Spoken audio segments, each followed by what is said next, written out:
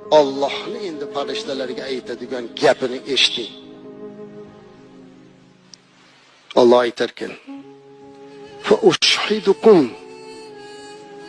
ushhidukum anni qad ghafartu lahum.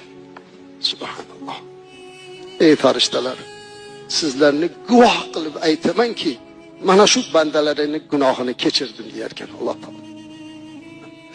Subhanalloh. Alloh va'da berdi azizlar. Farishtalarni guvoh qilib. Shunchalik gunohkor bo'lsak ham, qalbimiz qorayib ketgan bo'lsa ham, qancha gunohlarni qilgan bo'lsak ham, Allohga qancha isyon keltirgan bo'lsak ham, Rasulullohga qancha behurmatlik qilgan bo'lsak ham, qalbimiz qorayib ketganidan dunyodan boshqa narsani o'ylamay qo'yilgan bo'lsak ham, bugun Alloh farishtalarni bizga guvoh qilib kechirdim deyapti. Alloh kechirdim deyapti azizlar. Endi bu imkoniyatni qo'ldan bermaslik kerak. Bugun biz hamma gunohdan qutulish va'dasini olib turibmiz.